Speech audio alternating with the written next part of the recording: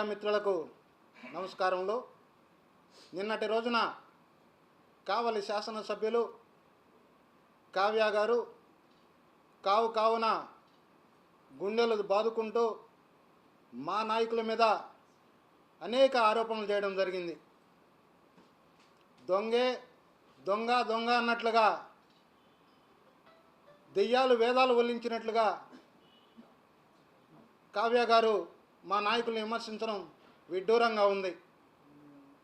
కావ్య గారు అక్రమ మైనింగ్ చేశారు, అక్రమ గ్రావెల్ దోలారు, అక్రమ ఇసుక దోలుకుంటున్నారు అనే ఆరోపణల మీద మా నాయకుడు మాజీ శాసనసభ్యులు రామిరెడ్డి ప్రతాప్ రెడ్డి గారు డ్రోన్ను పంపించి అక్కడ అవినీతి జరుగుతుందని చెప్పి టెక్నాలజీని ఉపయోగించి ఫోటోలు దిగిపోతే అతని మీద అక్కడ ఉన్నటువంటి పోయినటువంటి వారిని నిర్బంధించి వారి చేతుల్లో కత్తులు పెట్టి వారి మీద, అదేవిధంగా రామిరెడ్డి ప్రతాప్ రెడ్డి గారి మీద 307 మరియు SC ST యాక్టు పెట్టి అక్రమ కేసులు పెడితే దాన్ని పరామర్శించేందుకు మా నాయకులు, మా జిల్లా పార్టీ అధ్యక్షులు కాకాని గోవర్ధన్ రెడ్డి గారు, శాసన మండలి సభ్యులు మా నాయకులు పర్వతరెడ్డి చంద్రశేఖర్ రెడ్డి గారు రామిరెడ్డి ప్రతాప్ రెడ్డి ఇంటికి వస్తే అక్కడ మనోధైర్యం నింపితే ఆ రోజు మీడియాలో మాట్లాడితే ఆ మీడియాలో మాట్లాడినటువంటి వాటిని ఆయన స్పోర్టివ్గా తీసుకొని నేను అక్రమ మైనింగ్ చేయలేదు, దానికి సమాధానం చెప్పాల్సింది పోయి ఛాలెంజ్ చేస్తూ కావలికి రాండి చూసుకుందామని చెప్పి, కావలికి వస్తే మీ అంతు చూస్తానని చెప్పి పిలవటం, ఆ ఛాలెంజ్ని స్వీకరించి మా నాయకులు కావలికి పోవాలని ప్రయత్నం చేస్తే అధికారాన్ని అడ్డం పెట్టుకొని, పోలీసులను అడ్డం పెట్టుకొని అక్రమ హౌస్ అరెస్టులు చేస్తే దాని మీద మా నాయకులు మాట్లాడితే దాని గురించి కావలి శాసనసభ్యులు నిన్న మాట్లాడుతూ కాకాని గోవర్ధన్ రెడ్డి గారు 87 రోజులు జైల్లో ఉన్నాడు, ఆయన వచ్చి నాకు చెప్పేది సమాధానం ఏంది అని చెప్పి మాట్లాడటం చాలా విడ్డూరంగా ఉంది. కాకాని గోవర్ధన్ రెడ్డి గారు కూటమి ప్రభుత్వం పెట్టినటువంటి అక్రమ కేసుల మీద జైలుకు పోయింది వాస్తవమే కాదని ఎవరు చెప్పారు? ఇప్పుడు ఖచ్చితంగా అక్రమ కేసులు పెడితే ఆ కేసుల్లో 87 రోజుల్లో జైల్లో ఉండి బెయిల్ మీద వచ్చిన మాట వాస్తవం. అంతేకాదు ఆయన మీద గతంలో ఆయన మీద గోవర్ధన్ రెడ్డి గారి మీద అనేక ఆరోపణలు వస్తే ఆయన స్వచ్ఛందంగా సిబిఐ విచారణ కోరి ఆ సిబిఐ విచారణ వేయించుకొని విచారణలో ఆయన పాత్ర ఏది లేదు అని చెప్పి క్లీన్ షీట్ ఇచ్చిన మాట వాస్తవం. అలాంటి వ్యక్తులు మా నాయకులు నీలాగా అక్రమ మైనింగ్ చేస్తూ రమ్మని ఛాలెంజ్ చేసి అధికారాన్ని అడ్డం పెట్టుకొని పోలీసుల సహాయంతో హౌస్ అరెస్టులు చేసేంతట పిరికి పందలు కాదు మా నాయకులు అని చెప్పి నేను ఈ సందర్భంగా తెలియజేస్తున్నా.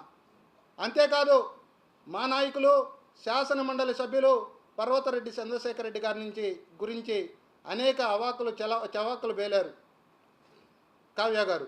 అయ్యా కావ్య గారు, మీరు ఎమ్మెల్సీకి అంటే గ్రాడ్యుయేట్ ఎమ్మెల్సీకి టీచర్స్ ఎమ్మెల్సీకి తేడా తెలియకుండా మరి ముఖ్యంగా ఎంకామ్ చేశారు. ఎంకామ్లో చేసి ఈ విధంగా మాట్లాడటం, అదేవిధంగా ఎవరో చెప్పేవాళ్ళు బీకామ్లో ఫిజిక్స్ చదువుకున్నామని చెప్పి, ఆ విధంగా మీరు చదివినట్టు ఉందే కానీ గ్రాడ్యుయేట్స్కి ఎవరు ఓట్లు వేస్తారు, అదేవిధంగా టీచర్ అభ్యర్థికి ఎవరు వేస్తారు తేడా తెలియకుండా నిన్న మాట్లాడారు. చంద్రశేఖర్ రెడ్డి గారు గ్రాడ్యుయేట్లు వేస్తే ఎమ్మెల్సీ అయ్యాడు, గ్రాడ్యుయేట్ సమస్యల మీదే ఆయన పోరాడాలా, మా కావలితో ఏం సంబంధం అని అన్నాడు. అయ్యా కావ్య కృష్ణారెడ్డి గారు, ఒక్కటి గుర్తుపెట్టుకోండి, నువ్వు ఒక కావలి నియోజకవర్గానికే శాసనసభ్యులు, అది ఈవీఎం ద్వారా అయ్యారా లేకుంటే ఇంకో ద్వారా అయ్యారా అనేది నీ ఆత్మసాక్షికి తెలుసు. కానీ మా నాయకులు జగన్మోహన్ రెడ్డి గారి పిలుపు మేరకు రాజకీయాల్లోకి వచ్చి శాసన మండలి సభ్యులుగా ప్రజెంట్ ఉన్నటువంటి 6 జిల్లాల్లో 36 కాన్స్టిట్యున్సీల్లో టీచర్స్ ఓట్లేస్తే గెలిచినటువంటి అభ్యర్థి మా నాయకులు చంద్రశేఖర్ రెడ్డి గారు. ఆయన గెలిస్తే ఊరికే ఉండలా, నువ్వు చెప్పినట్టు అధ్యాపక సమస్యలను గ్రాడ్యుయేట్ సమస్యల కోసమే పరిమితం కాల. ఆయన ఎన్నుకున్నది ఈ ప్రజల యొక్క సమస్యల కోసం, అధ్యాపకుల సమస్యల కోసం, గ్రాడ్యుయేట్ సమస్యల కోసం, ఈ రాష్ట్రంలో జరుగుతున్నటువంటి అన్యాయాలు అక్రమాలను ప్రశ్నించేందుకే ఆయన ఎమ్మెల్సీగా ఎన్నుకున్నారు. నువ్వు చెప్పల్లా వాళ్ళ కోసమే పనిచేయాలి, వీళ్ళ కోసమే పనిచేయాలని. ఆయన ఆల్రెడీ పనిచేస్తున్నాడు.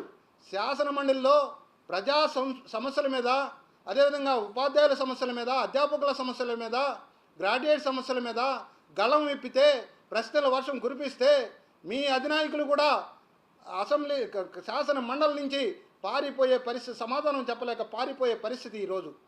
అలాంటి వ్యక్తి మా నాయకుడు. ఏదన్నా ఉంటే సబ్జెక్టు మీద పోతాడు, సబ్జెక్టు కోసం పోరాడతాడు తప్ప మీలాగా వ్యక్తిగత దోషణల కోసం, వ్యక్తిగత విమర్శల కోసం పనిచేసే వ్యక్తి కాదు మా నాయకుడు చంద్రశేఖర్ రెడ్డి గారు అని చెప్పి నేను ఈ సందర్భంగా తెలియజేస్తున్నా. అంతేకాదు, చంద్రశేఖర్ రెడ్డి గారిని గురించి చాలా చవాకులు వేలావు. 10th class mark list, 10th class exam పేపర్లో లీక్ చేశారని చెప్పావు. ఇదేనా నువ్వు చదువుకున్న సంస్కృతి? నువ్వు నేర్చుకున్నది ఇదేనా? చంద్రశేఖర్ రెడ్డి గారికి ఎక్కడా స్కూళ్ళు లేవు, ఓన్లీ కాలేజీలే. 98లో కాలేజీలు పెట్టారు. దాదాపు ఇప్పటికి 27 సంవత్సరాలు కాలేజీలు పెట్టి, ఈ 27 సంవత్సరాల్లో స్కూల్ అనే మాటే లేదు.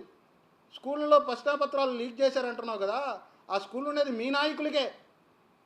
ఆ స్కూళ్ళు విద్యాసంస్థలు ఉండేది వాళ్ళ దగ్గరే ఉన్న వాళ్ళు లీక్ చేశారేమో, మీ నాయకుల్ని అడగండి. అంతేకాకుండా చంద్రశేఖర్ రెడ్డి స్కూల్లో, కాలేజీల్లో అత్యాచారాలు, ఆత్మహత్యలు జరిగాయన్నావు. పెద్ద పెద్ద మాటలు మాట్లాడావు. నీ సంస్కృతికి ఇదే నిదర్శనం. 28 సంవత్సరాల విద్యా వ్యవస్థ చరిత్రలో నెల్లూరు జిల్లాలో ఎలాంటి విద్యార్థినుల మీద అఘాయిత్యాలు కానీ, వేధింపులు కానీ, ఆత్మహత్యలు కానీ లేనటువంటి సంస్థ ఏదైనా ఉంది అంటే మా చంద్రశేఖర్ రెడ్డి గారు నియమించినటువంటి కృష్ణ చైతన్య విద్యా సంస్థలు అని చెప్పి గర్వంగా చెప్పగలం. ఎందుకంటే నేను కూడా విద్యార్థి నాయకుడిగా పనిచేశా, జిల్లా విద్యార్థి అధ్యక్షుడిగా పనిచేశా. ఏ రోజు కూడా ఈ కళాశాలలో, కృష్ణ చైతన్య విద్యా సంస్థల్లో ఎలాంటి అవినీతి కానీ, అదే అత్యాచారాలు కానీ, వేధింపులు కానీ, మరి ముఖ్యంగా విద్యార్థులను ఫీజులు డిమాండ్ చేయడం కానీ, హాల్ టికెట్లు ఇవ్వకుండా, టీసీలు ఇవ్వకుండా ఇబ్బంది పెట్టడం కానీ అలాంటి ఏ రోజు జరగలేదు. అంతేకాకుండా పేద విద్యార్థులకు ఉచితంగా తక్కువ ఫీజుతోనూ, మరీ పేదవారైతే ఉచిత విద్యను అభ్యసించినటువంటి విద్యను అందించినటువంటి సంస్థ మన కృష్ణ చైతన్య విద్యా సంస్థ. అలాంటి సంస్థను గురించి నువ్వు మాట్లాడుతుంటే ఆ సంస్థలో చదివినటువంటి వేలాది మంది విద్యార్థులు చాలా అసహించుకుంటున్నారు నిన్ను. ఇలాంటి వ్యక్తిని కావలి నియోజకవర్గ ప్రజలు ఎన్నుకున్నదని చెప్పి. అంతేకాదు, అదే కాకుండా నిన్న ప్రెస్ మీట్ పెడితే చంద్రశేఖర్ రెడ్డి గారిని వ్యక్తిగతంగా విమర్శిస్తే నిన్నటి రోజున మా నాయకులందరూ ప్రెస్ మీట్ పెడితే వాళ్ళు జీతగాళ్ళు ప్రెస్ మీట్ పెట్టారు, రౌడీ షీటర్లు ప్రెస్ మీట్ పెట్టారని చెప్పి నువ్వు విమర్శించావు. అయ్యా కావ్య గారు, మా దగ్గర రౌడీ షీటర్లో లేకుంటే జీతాలు తీసుకునే పనిచేసే నాయకులు లేరు మా దగ్గర ఉన్నది చంద్రశేఖర్ రెడ్డి కోసం ప్రాణాలు ఇచ్చే నాయకులు ఉన్నారు. అలాంటి నాయకులు ప్రెస్ మీట్ పెడితే నువ్వు ఈ విధంగా హేళన చేస్తావా? ఇదేనా నీ సంస్కృతి? చంద్రశేఖర్ రెడ్డి గారిని విమర్శించారనే చంద్రశేఖర్ రెడ్డి గారు వద్దు ప్రెస్ మీట్లు వద్దు, వ్యక్తిగత విమర్శలు వద్దు అని వాదిస్తున్నప్పటికి కూడా వారి యొక్క అనుచరుల యొక్క, అభిమానుల యొక్క మనోభావాలు దెబ్బతింటే వారు ప్రెస్ మీట్ పెట్టి మాట్లాడితే వారిని ఈ విధంగా నువ్వు మాట్లాడతావా? ఇదేనా నీ సంస్కృతి అని చెప్పి నేను ఈ సందర్భంగా తెలియజేస్తున్నా. అంతేకాదు, నువ్వు అన్నవరంలో ఒక క్వారీని మెయింటైన్ చేస్తున్నావు. ఆ క్వారీని గురించే ఈ సమస్య అంతా వచ్చింది. ఆ క్వారీలో అవినీతి జరుగుతుందని మా నాయకులందరూ విమర్శిస్తూ ఉంటే నువ్వు నీతిమంతుడివైతే, నిజాయితీపరుడివైతే మా నాయకులందరినీ ఆహ్వానించి ఇదోనయ్యా నేను ఈ మైన్ చేశాను, నా పర్మిషన్ ఇది, ప్రభుత్వ నిబంధనలకు కరెక్ట్గా నేను పాటిస్తున్నాను, నేను ఇంతవరకే మైనింగ్ చేశానని నువ్వు నిరూపిస్తే అప్పుడు నీ నిజాయితీ, నీ మొగతనం అన్నీ మేము నమ్ముతాం, మా నాయకులందరూ కూడా నమ్ముతారు. అట్లా చేయకుండా మా నాయకుల్ని వ్యక్తిగతంగా ఎదురుదాడి చేస్తున్నావంటే దెయ్యాలు వేదాలు వల్లించినట్టుగా నువ్వు ఎదురుదాడి చేస్తున్నావు.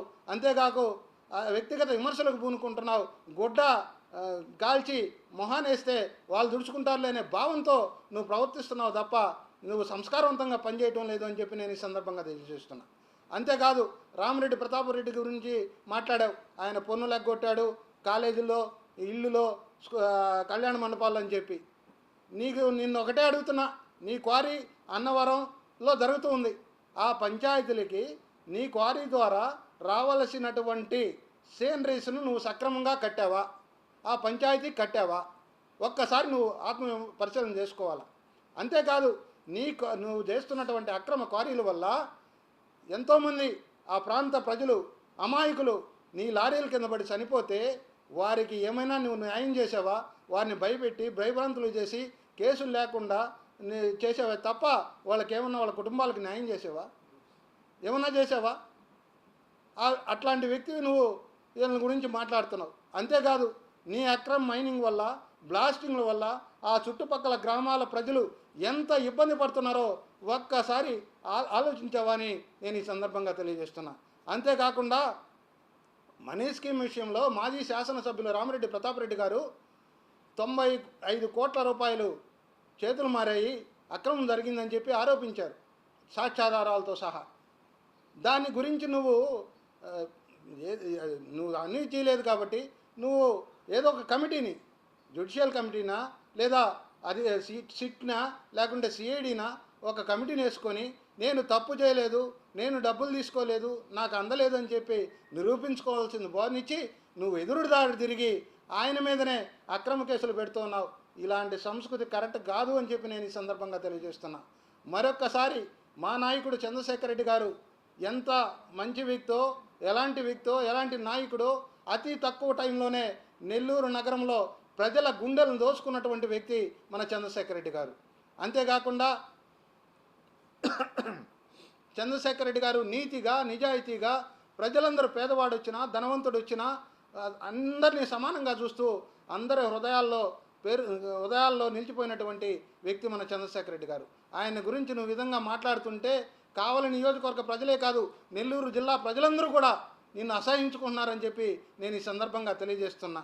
ఇలాంటి మాటలు ఇక ఎప్పుడు భవిష్యత్తులో కూడా మాట్లాడకుండా మంచిగా మాట్లాడి ఏదైతే విమర్శలు ఉన్నాయో ఆ విమర్శలకు సద్విమర్శలు మీరు చేయాలని చెప్పి తెలియజేస్తూ సెలవు తీసుకుంటున్నాను.